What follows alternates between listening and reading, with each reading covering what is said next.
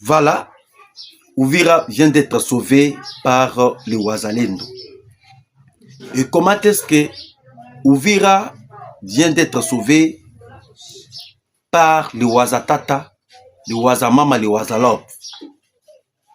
Na minute oyo ndenge tozali koyebisa bino bolingaki boyoka Uvira tombé au main du M23.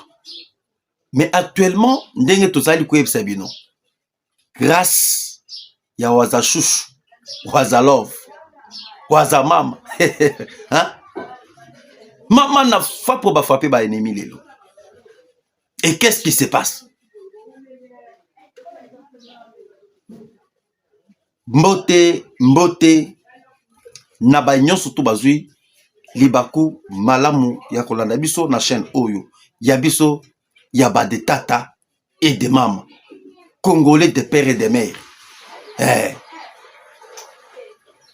Na minute oyo boyeba que fini la récréation. Le plan de Nanga vient d'être déjoué par les Wazalendo à Uvira. Et comment est-ce que le plan de Nanga a été déjoué? Je pense que les lots Tokomeka, Kosolola Nabino, na 2 points à l'ordre du jour. Il y a Liboso Torolobila parce que Nayoki Mituna Ebele va m'y poser par rapport à la situation à Uvira. Nous allons expliquer comment est-ce que ça s'est passé. Et il y a mis Balé Torolobila, ce qui concerne la confirmation, il y a États-Unis d'Amérique sur l'accord de paix. Tokopé, c'est bien un calendrier. Il y a étape par étape. Où les États-Unis ont confirmé par rapport il y a finalité, il y a accord de paix. Où vous allez signer aux jours à venir aux États-Unis d'Amérique. Et comme Nini, et complot Nini, où Kabila va prévenir avant que tout comme un date pour que bango ba reçuir Kamanyola et Kalemi. Nini bango ba préféré qui basala toko solola nabino lelo. Alors, avant to banda notre émission, nazali ko senga bino beaucoup ta vraiment épelé beau partager notre émission et n'oubliez pas de laisser vos commentaires partout où vous êtes en train de me suivre sur notre chaîne Olivier les News Télévision. Alors, Bande Kobalandi, boyeba que le complot de l'ennemi a été déjoué par les Wazalendo. Bolinga ki boyoka. Na semaine oyo. Babeti Kamanyola ba récupérer yango. Babotoli Uvira. Sans blague. Toutes les stratégies, Kabila ataki yango en marche. Kabila ataki mbongo pour que asoma ba colonel, ba généraux. Na ba responsable ya ba Wazalendo. Ce n'est pas si longtemps oyo na betela kibino li solo. Na oyo etali montant il y a millions de dollars. Oyo bakendaki ko proposer et pas général ya Kotumba. Les responsables ya ba Wazalendo oyo ya Uvira. Oyo ba proposa ki montant. Comme Kabila se sentait déjà en difficulté par rapport à effectif militaire. Ba salaki moyen ya ke bakende ko déboucher. Le général ya Kotumba a rejoint bango na ba Wazalendo. Maintenant, le général Yakotumba Ebsaki que Ngai Nazali Ponamboka. Et j'ai un principe. Il faut na Kokanga Joseph Kabila. À répondre à Batoyo, Bayaki pour que ba corrompre, pour que ACD, Akamata, une grande partie, Yaba Wazalendo, Bakende ko rejoindre le M23. Yango ce que lorsque ba raté mission na bango, et pas ya le chef Yaba Wazalendo. Boyoka comment est-ce que le plan ya Uvira ezalaki déjoué, le plan ya Kamanyola ezalaki déjoué par les Wazalendo. Et lorsque le général Yakotumba Boy Koza Moussolo, Yako trahir, Joseph Kabila est allé plus loin, Yako coopérer avec les hommes politiques Oyo Bazali au sein de l'Union sacrée. Ba Oyo Bazali na bandaku ebele, na ba concession ebele na Uvira, na Kamanyola. A coopérer na ba colonel, na ba major, na ba généraux pour que Bakoka Kopesa Oyo Tobengi M23 et Sika Bakota ba récupérer Kamanyola, et lorsque bako récupérer Kamanyola, bakozala na facilité à kokota Uvira. Après Uvira, ça sera le tour de Kalemi. Et lorsque bako koma na Kalemi, bako coincer le gouvernement congolais en place, bako ka négocier avec les M23. Parce que nenge tozali koyeba sebino, l'accord de paix oyo ekozala signé aux États-Unis. Et qu'on a pour avantage, il y a M23T ou soit avantage, il y a Alliance Fleuve Congo T. Et qu'on a pour avantage à peuple. Maintenant, quoi faire? Il faut maintenant on va bêta chaud. Avant que l'accord wana est signé. Avant que Bakota na mozindo ya accord oyo qu'on a signé d'ici là dans quelques semaines. Bakota ba frapper Kamanyola, ba récupérer Uvira, va récupérer Kalemi et va imposer le gouvernement congolais na négociation, va respecter cahier des charges au Yabango Bakoya ko présenter auprès du gouvernement congolais. Mais ce que grâce Yabawazatat, Bawazalov, va sauver Kamanyola, va sauver la planning. Na minute ndenge tozali koyebisa bino mbongo etamboli epele na ba capitaine bazu bambongo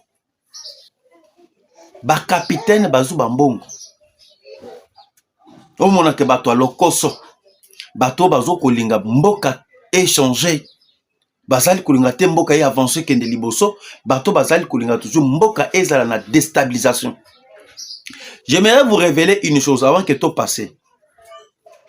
C'est que moi, je vais vous dire que à 80%, il y a des officiers militaires. Oh, bazali na kati ya armée. Ebele Balingi, président Félix était. Là, je vous donne une bonne information. Pourquoi? Parce que Ebele Bazali ba ancien kabiliste. Parce que ceux qui botaient les lobes à Toubazali et Pelé na kati armée, les officiers là, les colonels, le major, les capitaines. Bazali ba ancien seigneur de guerre. O ba otaki na CNDP, ya Mwanga Chouchou. O ba otaki na RCD Goma, ya Messi Azarias Rouberoy. Ba o ba otaki na M23, ya Laurent Gunda Batouari. Et à 80%, Bango Balingi, le président Félix T. Et pourquoi? Parce que les lots avec le président Félix laisser aller au Yuba Pesaki Bango et pas Joseph Kabila Ezate. Bakare minière. Oyo Bango ba mesana toujours ko exploiter, ko yiba ba minérer. Au moins un général azali kotonga ndako. Il y a 10 niveaux, 7 niveaux. Mais un général il est payé 500 à 800 $. Na régime ya Joseph Kabila. Maintenant, mon tour azali kofutama 800 $. Ndaku ya 10 niveaux, ndaku ya 5 niveaux azali kotonga yango na mboka na mbongo nini. Bazalaki aux affaires, tous les officiers militaires. Bazalaki aux affaires, bazali ko exploiter ba minéré, bazali pe na ba groupes armés, bazali côté ka ba ministère de guerre, bazali côté ka ba minduki.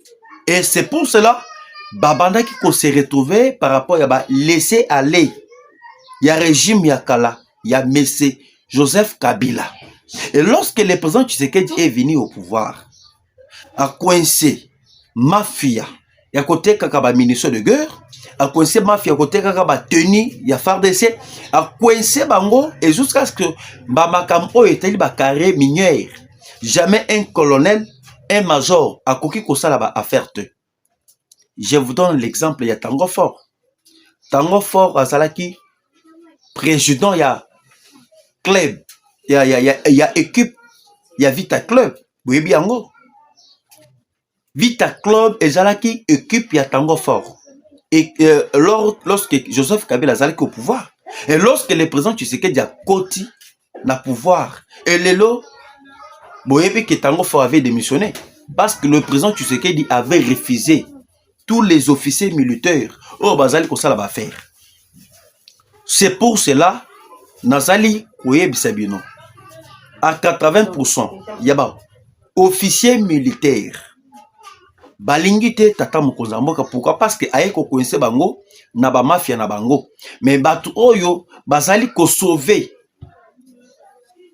le pays et ko sauver les présidents Tshisekedi, ce sont les Wazalendo.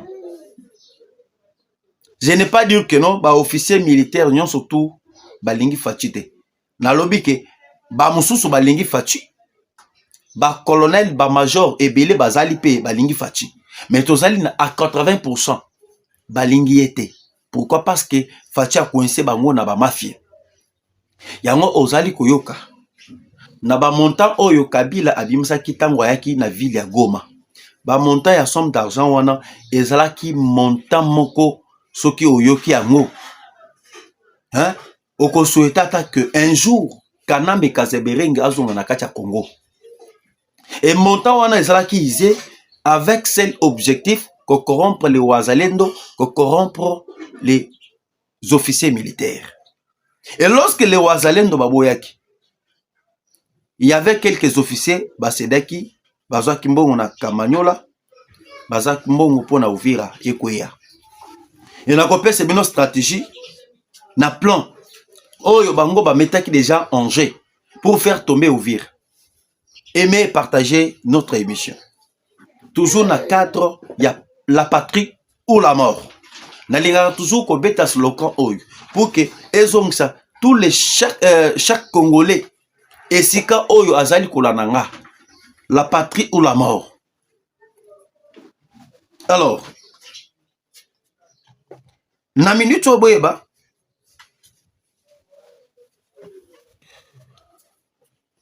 les ennemis bazwaki déjà bambongo pour que bapesa espace et pas ya M23 bakota. Qu'est-ce que ces officiers militaires là oyo basali? Babani ko créer conflit entre le militaire et les Wazalendo.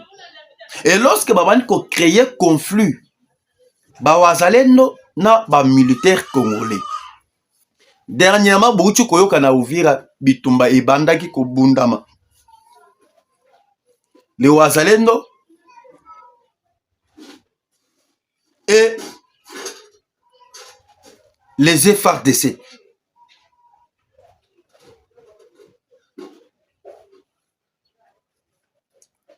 Et lorsque babalaki kobunda wana, bakolo conflit, ezalaki ba généraux wana. Maintenant ba généraux wana batie conflit comment? Ba ebisi ba militaire. Boyebisa ba Wazalendo ba se déplacer. Balongwa esika oyo bango bazali. Pour que ba Wazalendo balongwa na Uvira, baya kozonga bakenda à 50 à 100 mètres. Na Uvira.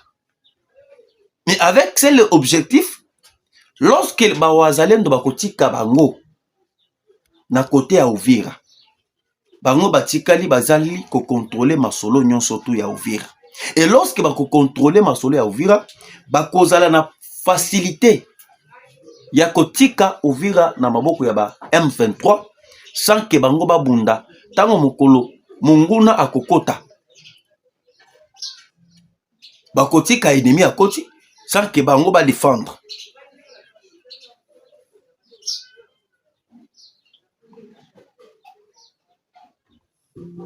Yango siko boyoka ki ba Wazalendo balobi que non. Bino bozalaki na Goma, bino ba officier militaire. Tango bozali koloba ke lelo tolonga na Uvira, tokolongwa te.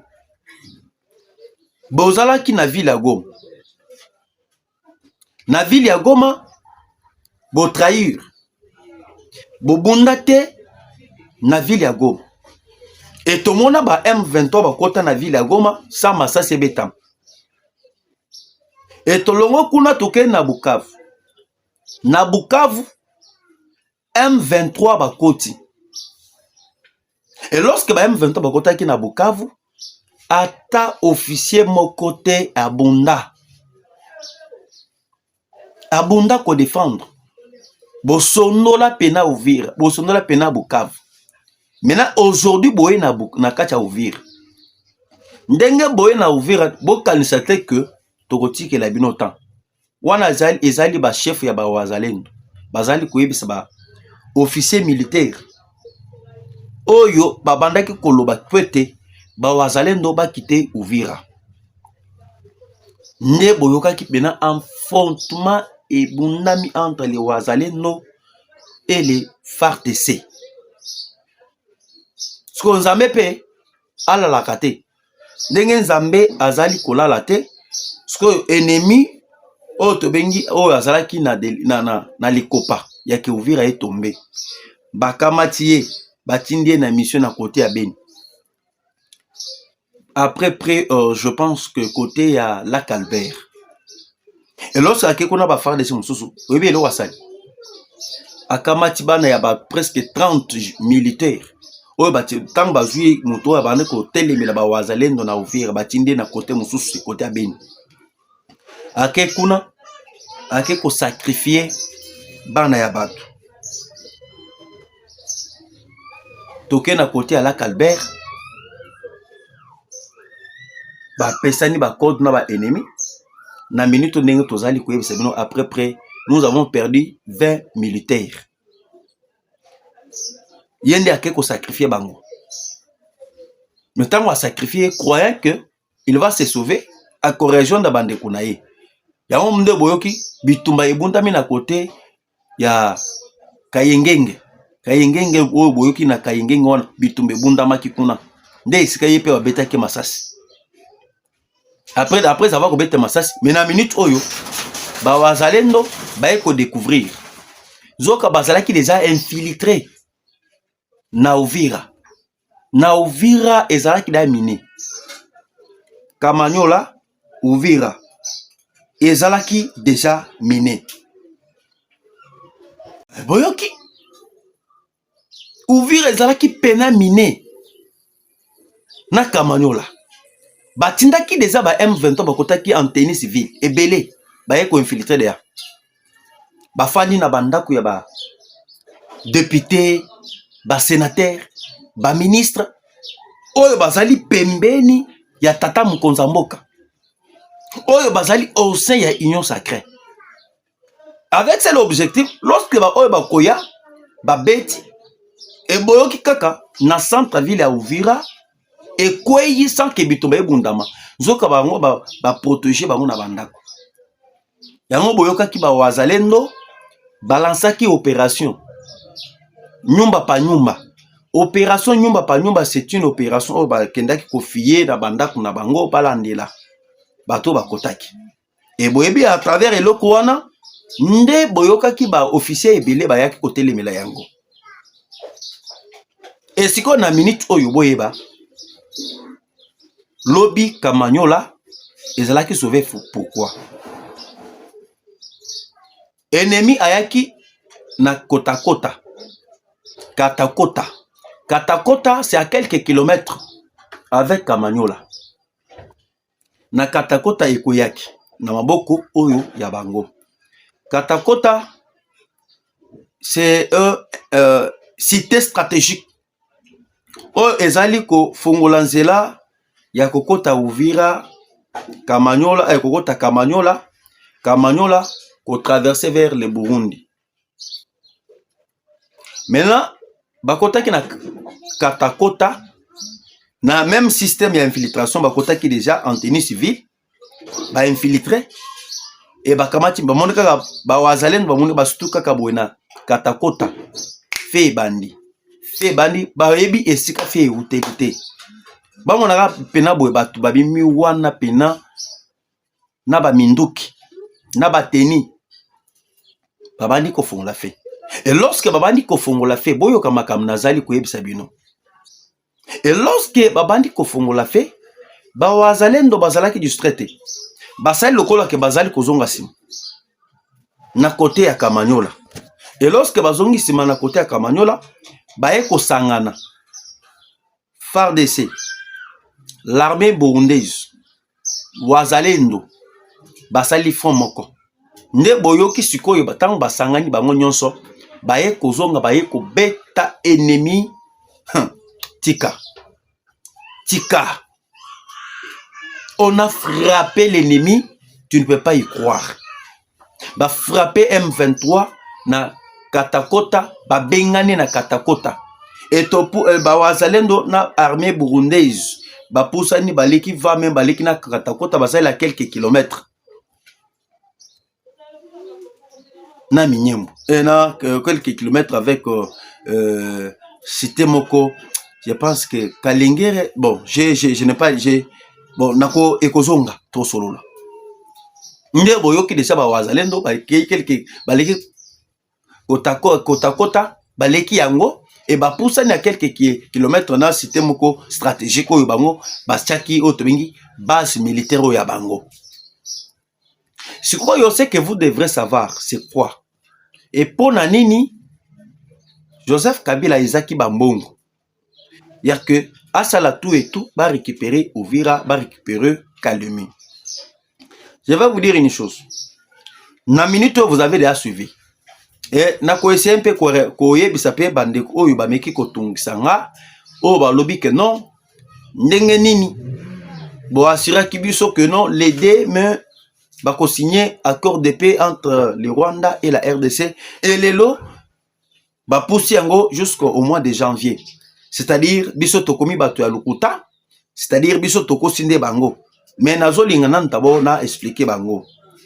Lelo okoyoka ba vérité nyonso awa. Okoyoka makamu nyonso to ebimi awa ndenge makamu nyonso to ezalaki planifié. Je vais vous dire une chose. Ya liboso Kanambe Kazeberenge pensait que le président Félix Tshisekedi va accepter de dialoguer directement avec lui. Et le plan a tourné. Et comment est-ce que le plan a tourné? Na minute où il y a déjà que le 2 avril, c'était le jour où tu as vu par rapport à la signature d'accord. Tout a été conclu. Tout a été conclu. Makamo ba français ba banda ko télé na ba chaîne na bango bazali ko publicité ba lobby que non. Cette affaire de l'accord ba poussiango il y a encore 2 mois. Bon se méfier na ba chaîne oyo ya lokuta ya ba français.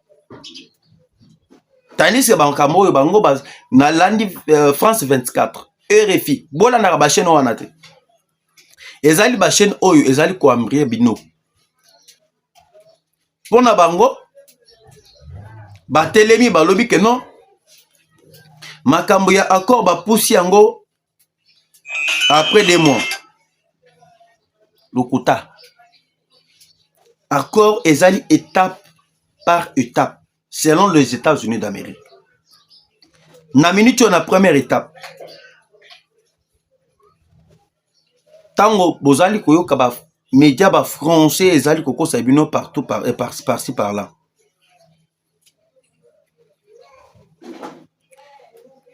La première étape, première phase, nous avons 2 semaines. C'est-à-dire 2 semaines jusqu'au 15 mai pour l'équipe américaine travaille sur un accord commun à partir de 2 documents. C'est-à-dire le 2 avril, bola nangai très bien. Na lingite que après l'émission, obandi kobenga pona kolobaki non, wana olobaki nini, wana ezalaki nini, non. Le 2 mai 2025, le ministre des Affaires étrangères, il y a Rwanda. Le ministre des Affaires étrangères, il y a RDC. Chacun a eu à déposer un projet d'accord de paix aux États-Unis d'Amérique. C'est-à-dire, Kaikwamba a présenté et a déposé un projet de paix. Oyo biso oyo yemoko a concevoir, yemoko a commis yango ake kopesa otomingi le secrétaire d'État américain. Rwanda Yepé a déposé un projet de paix.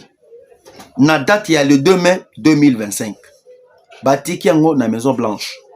Yango bouti koyoka Massad Balos. Oyo azali conseiller spécial, il y a président Donald Trump. Aye Koubima, il y a Koloba Poete, non? Bazali content et Bazali satisfait. Par rapport, il y a des projets, il y a des gouvernements où il déposé à la Maison Blanche. Vous comprenez? N'est-ce que Tozali Koueb Sabino? Dans des projets où il va déposer. Bas spécifique calendrier. Dans le calendrier, il y a des étapes par étape. Le première étape et le première phase, dans la semaine, le 15 mai, il y aura l'équipe américaine travaille sur un accord commun à partir de 2 documents. C'est-à-dire, l'équipe à États-Unis va travailler pour un document à Congo, pour un document à Rwanda. Na terme moi le belango na deuxième émission parce que par rapport aux Tozali na makambo ebele ya Koloba. Nenge Tozali na makambo ebele ya Koloba. C'est-à-dire la première étape gouvernement congolais concevoir nini pour na kekimezo na Congo, gouvernement rwandais concevoir nini pour que ba protéger le gouvernement rwandais avec M. Paul Kagame. Donc le belango à la prochaine émission. Maintenant, nous continuons d'abord la deuxième phase. La deuxième phase, la semaine, il y a 15 rencontres entre les experts congolais, rwandais aux États-Unis pour amener et peaufiner le projet. C'est-à-dire, même les 15. Lorsque les États-Unis vont examiner les 2 projets, les experts ya Congo, les experts ya Rwanda, les mêmes les 15 là, examiner ensemble avec les experts des États-Unis. Au moins, ce sont l'étape par étape. Maintenant, sur les 3e phase, vers le 21 mai, ce sont les ministres des Affaires étrangères de 2 pays qui se retrouvent à Washington pour valider la version finale. Hein? Na minute peda Kabila piqué crise beaucoup mal. Le 21 mai, n'est-ce que vous voyez que ministre des Affaires étrangères à Bisso, na ministre des Affaires étrangères ya Rwanda. Bakutani maintenant ba officialiser ba ngo mibale maintenant ba signer après avoir que ba expert ya États-Unis na ba expert ya RDC ba signer ba se mettre d'accord OK pour signer chikiji chikacha cha. Oh, ben n'a pas signé ici. Fait match. Et lorsque va signer, la 4e phase finale, la semaine, il y a le 15 juin, le président Tshisekedi et le sorcier Paul Kagame signeront maintenant officiellement l'accord de paix à Washington en présence du président Donald Trump. Le 15 juin, fait match. 15 juin, fait match. Tant que les Européens vont réfléchir. La France va réfléchir. Maintenant, comme France a joué un plan, il y a manœuvre, tout qu'on sort, les États-Unis les a écartés. Parce que tout ce qui est aux France va passer qui est temps à réfléchir. La France n'a pas arrivé de réfléchir. France a joué avec prudence. Il y a joué avec système que non. Bango bazala toujours sur ya Rwanda ba bénéficier par rapport à accord ya Kenya, accord ya Senko, ba utiliser makambo ya Senko après makambo ya Senko, ba keko utiliser va même au Obasanjo. L'ancien président nigérien. On a eu kolobela dernièrement parce que j'ai fait déjà m'attaque des fois. Ba lobi que non, yo loba que non, tu sais Kabila keko senga Obasanjo appelle ça qui Kabila conseil, pourquoi pas au sala boye, aux ana ba millions, au prix au sala bilangi tout comme ça. Il faut bola nakangai très bien. Namaloba oyo ngai nazali koloba. Ne font pas toujours inventer les choses. Oyo muto alobite.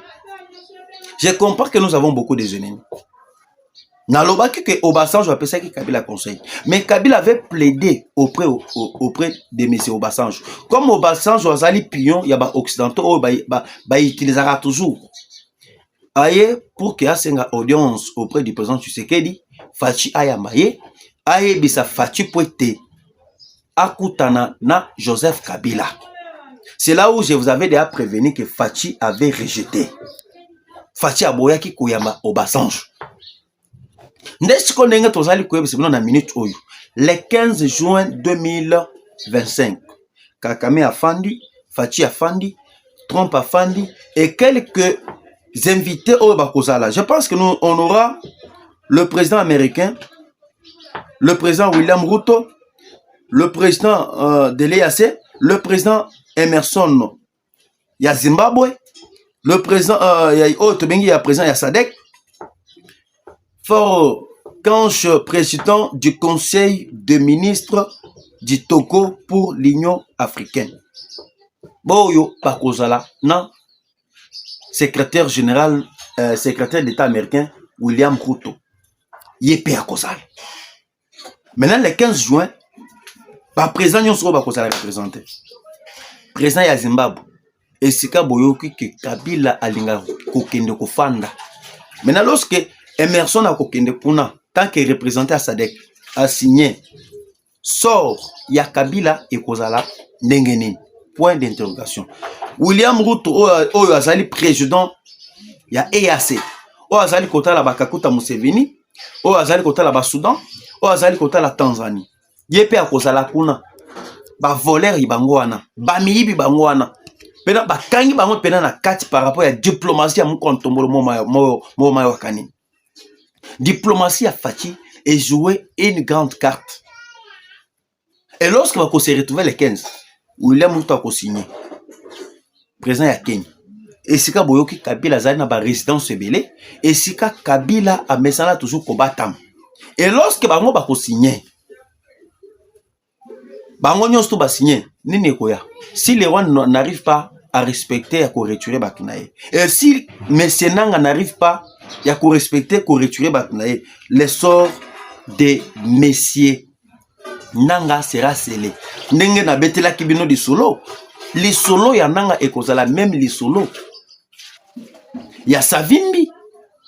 Ndetozali kokeni. Pour que bino comprendre que makamwe komi accéléré, boyoka c'est que dû d'abord le ministre des Affaires étrangères.